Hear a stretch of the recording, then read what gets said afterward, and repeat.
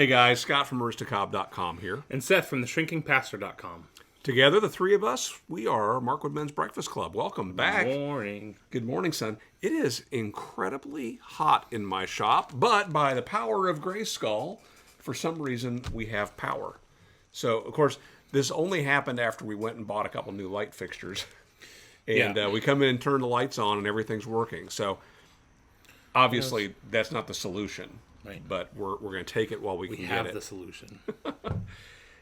I am about to be smoking.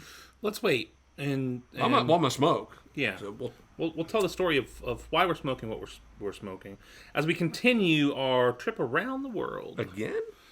Well, we haven't quite shared all of the highlights from our trip, and we're not going to share all of them because that would be too boring. But we mentioned the progress, the Pioneers Village, and going up in a tin can into the St. Louis Arch. That was cool. And so today I think we're going to talk about my friend here, the gnome, and share with you some of the things that we picked up along our way and why those things are significant and what they mean to the person that's going to be winning them. Okay, that's a good idea. Well, I'm not going to tell you what I'm smoking, but I am smoking in a Country Gentleman. This is a new one. I pulled this out of our inventory because it was very, very blonde.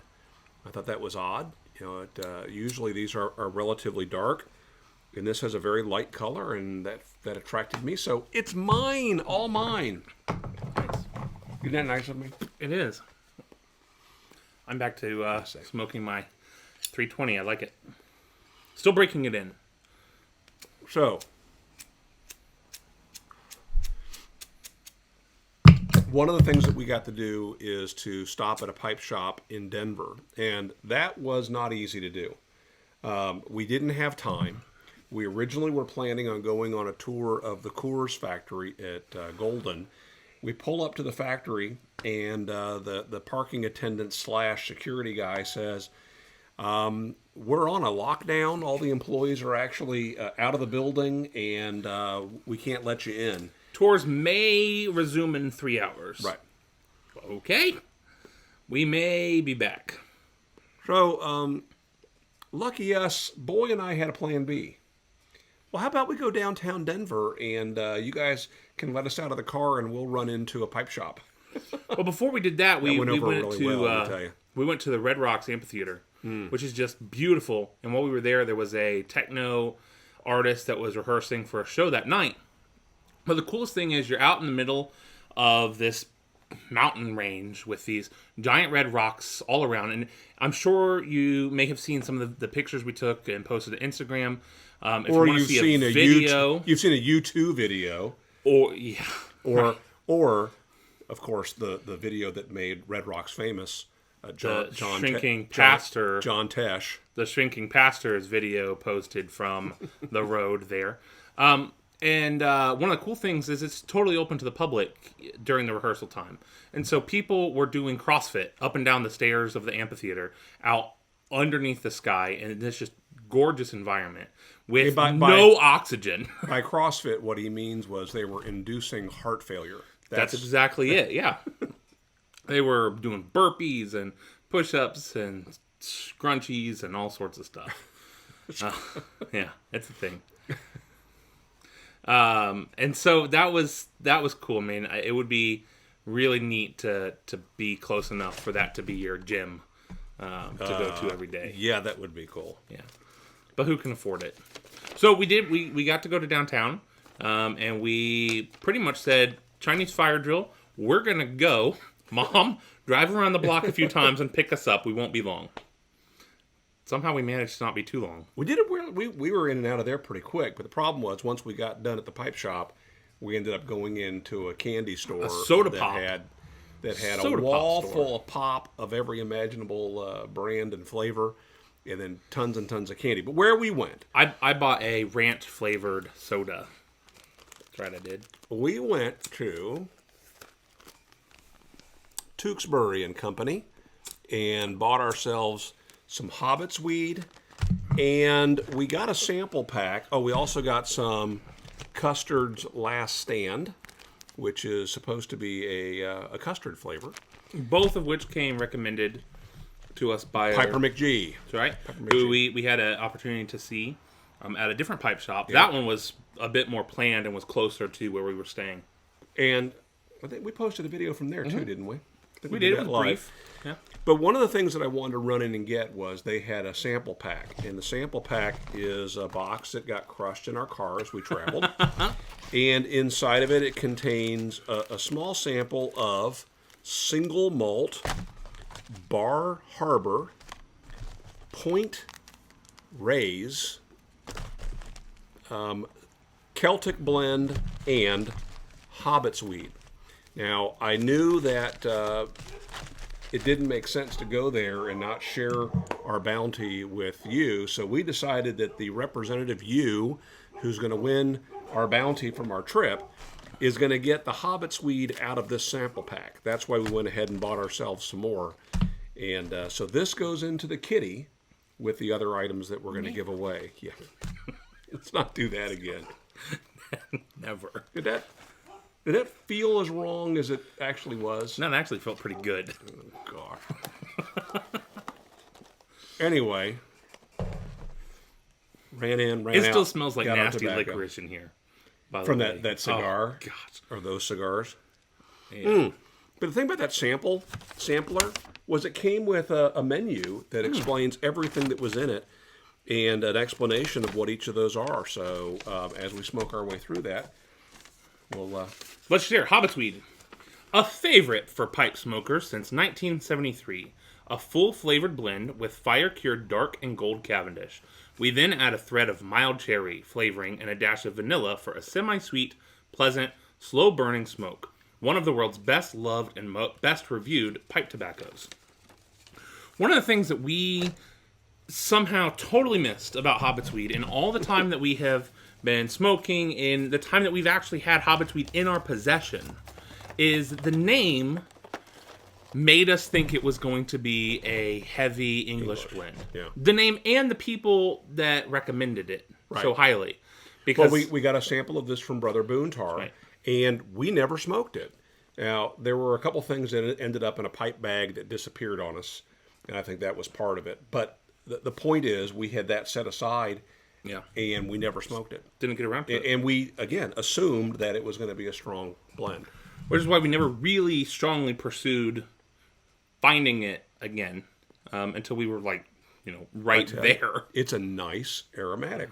And I know it says it has cherry. I still don't discern the cherry, which is fine with me.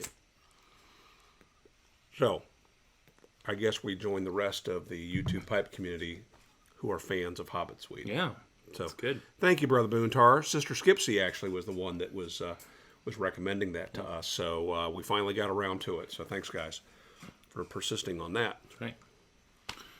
So, what else? Oh, wait a second. Did we talk about the merry-go-round? I mean, the carousel? I don't think so. I don't think so either. On our way into Denver, we stopped at a town that my wife knew about that had a carousel. And it's a very old carousel that we come to find out once we got there had originally been at Elitch's.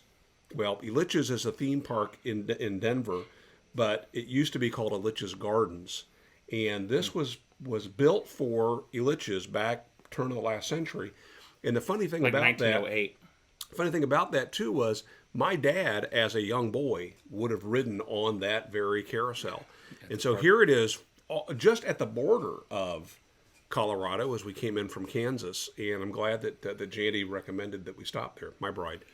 Yeah, 25 cents for a ride. This sucker went warp speed. Now, the characters don't go up and down on this one, which was unusual, but it made up for that with a frickin' awesome calliope and an RPM that was not to be toyed with. No, centrifugal force was at full work. Ender was on there, and for the first, minute or so, he's like, faster, faster, faster, and was Big real excited. And then all of a sudden, he just turned pale. As I'm standing beside him, holding on for dear life, because I'm afraid I'm going to go flying off of this thing. It was no joke. Oh, and I got on a horse, thinking, this will be easy, this will be fun. Man, turned out getting on the horse was tough. Getting on the horse was tough. I think I pulled a muscle. But staying on the horse was almost as hard because that thing was wanting to fly us off. It was a lot of fun. So one of the things that we picked up for our prize winner is a book that now that it's sealed in plastic, I don't remember what it is. Does this have all the characters in it? Are they photographs? Are they illustrations? I don't remember. But there is one of them on the back here that was very unique. Boy, you want to mention what's Puppy significant dog. about the dog? I ever heard someone else ask this very intuitive question. I wasn't feeling well. I wasn't paying much attention except for eavesdropping on other people's conversations. And this woman asked, why do almost every row have the same 3 animals, just small, medium, and large, except for a couple? And she said, well, that's a very interesting question. When the president of Lichess went to look at the Carousel while it was still being produced. What was it, the Philadelphia Toboggan Company or something like that? Something like, yeah. And he said, while it was being produced, even though they had ordered for every row to be the same, he went in and said, oh, I like that tiger. Let's have one of those. And oh, I like that giraffe. Let's throw one of those in. Oh, there's a dog. Let's add that to that. And they said, yes, sir. And so there are a couple of very unique animals on there, but the one that's most unique is the dog, because this company, even though they made 75 carousels, they only made 5 of these dogs total. And that is the only one that its location is known, if it even exists. So we got to see that. A really, really cool piece of history. Did any of us ride on the dog? Mm-hmm. No, we didn't. Well, we had to be near Ender, and Ender loves giraffes, so the giraffes went. And I got to ride on the horse that had the tobacco pouch and the pipe on the back, so that made me happy. Again, we posted pictures on Instagram on that day. All right, something else that we did. Should have had a GoPro. We visited a place in Kansas that was, what would you call it? Disappointing. Yeah, that's it. It's the Missouri Town 1855. Missouri Town. If you've ever been to Colonial Williamsburg, or a lot of times there's small museums, if you've ever been to a place that's trying to live in colonial times, Little House on the Prairie times, where they grow the wheat and they don't use modern tools, they pretend to be Amish for the sake of guests. It's trying to be that. Unfortunately, we've been to Colonial Williamsburg several times. It's huge. It has a ton of people. It is a whole production. I mean, you go to Williamsburg, and it's like going to a colonial version of Disneyland, right? So tons of people. It's a huge to-do. This place was not that. There were 2 people working. One was taking tickets. The other was the blacksmith, and he was shipping obsidian. Well, yeah, he wasn't working in the blacksmith shop. No, because it was really hot, and he said it was too hot for that. What they have done is they've moved and or recreated old buildings to this plot of land, and they've built up what would be a colonial town in general. And so, most of the buildings had been moved there in whole. Some of them they rebuilt from designs that they had from other places. And so I think about half of the buildings they had set up that you could look into and see a living room. There were sheep just wandering the streets. I think if it had been filled with volunteers, people in colonial garb, maybe. It could have been more. It would have been more interesting. Would be colonial garb, but still a period garb. Right. It was for us. It was disappointing because if nothing else, I want to see some cool tools. And most of the stuff was a real mishmash of things that really didn't go together. But I did get a picture of the blacksmith with yet unnamed gnome. So what we've given you or purchased for you was we purchased a comic book that has some of the disappointing buildings, and we want you to note that it has a total of 4 pages. It has disappointing artwork. So we decided if anything summed up our visit to this place, it would be a disappointing. We really wanted to book. elicit the feel of disappointment. But we thought, we thought we were done, and then we saw something that was mounted by the door, and we decided to go ahead and get something real, something that might be worth actually getting. And the story behind this. Go ahead, son. One of the reasons that we decided to get this is because it was so absurdly cheap for what it is. I mean, it was. I guess they had some celebration there that was an anniversary, and the artist who did this was related to the president of the organization or something, and they got this on the cheap from that artist. They made a whole bunch of these, if you can grab that, and then no one bought them. So there we go. It is a print of Autumn Day in Missouri Town, 1855. And this is actually what we saw there. All those buildings you see there are buildings that we saw. One interesting fact about the geese flying information is there's almost always a longer, they make that V in the sky. One side is almost always longer, and you know the reason why, don't you? Boy knows. It's because there's more geese on that side. Right? Yep. So there you go. That's the real interesting fact about that is apparently that's the artist's trademark. He paints the geese in all of his work. Right. Oh, that's my fact wasn't good enough. No. All right. So anyway, someone's going to win that. We already talked about the St. Louis Arch, and one of the things that we have purchased for the winner of our giveaway is a commemorative coin that has the arch on it. And on the back it says Jefferson National Expansion Memorial. Gateway Arch, St. Louis. So here's the deal with these coins. They're cool. The federal government started making them or Parks Department, for some of their national parks. The Smithsonian has one. Any of the really big monuments that you visit, usually in the gift shop, they have one that's unique to that area. So they're kind of doing a collectible state quarters kind of deal where you can get books that you can collect these in.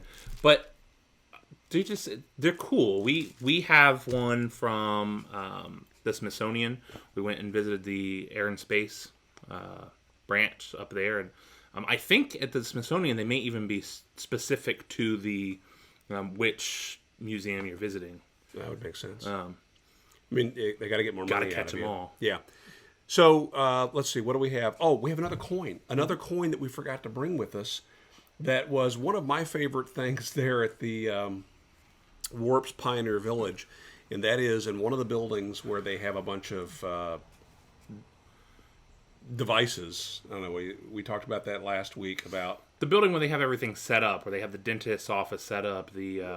But they had all the radios and the televisions and the pianos. Anyway, there's a slot machine there. A slot machine that you can put a quarter in, one-arm bandit style, pull the lever, and it dispenses every single time one of these coins. And so one of those coins is coming again to our winner. Neither of us brought one with us, but we each have one. And we both meant to. Oops. We both meant the other two. Yeah. What else do we have, boy? I don't know. I don't remember. Do we have other things? I don't remember either. If there's more, surprise! But I think we ought to go ahead and announce the name of our gnome. Even though I swore to myself I didn't want a name with gnome in the name because it's easy, I chuckled out loud when I read Gnomestradamus, and I just keep coming back to it. So Gnomestradamus it is. Thank you so much. Dale, thank you so much. I like it. So we're going to wrap this up. Guys, gals, thank you for watching. We appreciate you joining us once again. Get some Hobbit weed if you can. It's good. That's the moral of this whole video, isn't it? Yeah. And visit aristocobb.com. Oh, there it is. Oh, now yeah. This has all been a ploy. I've see. been lying and waiting all these many months. I see. I see. Make it a great week. Bye, guys.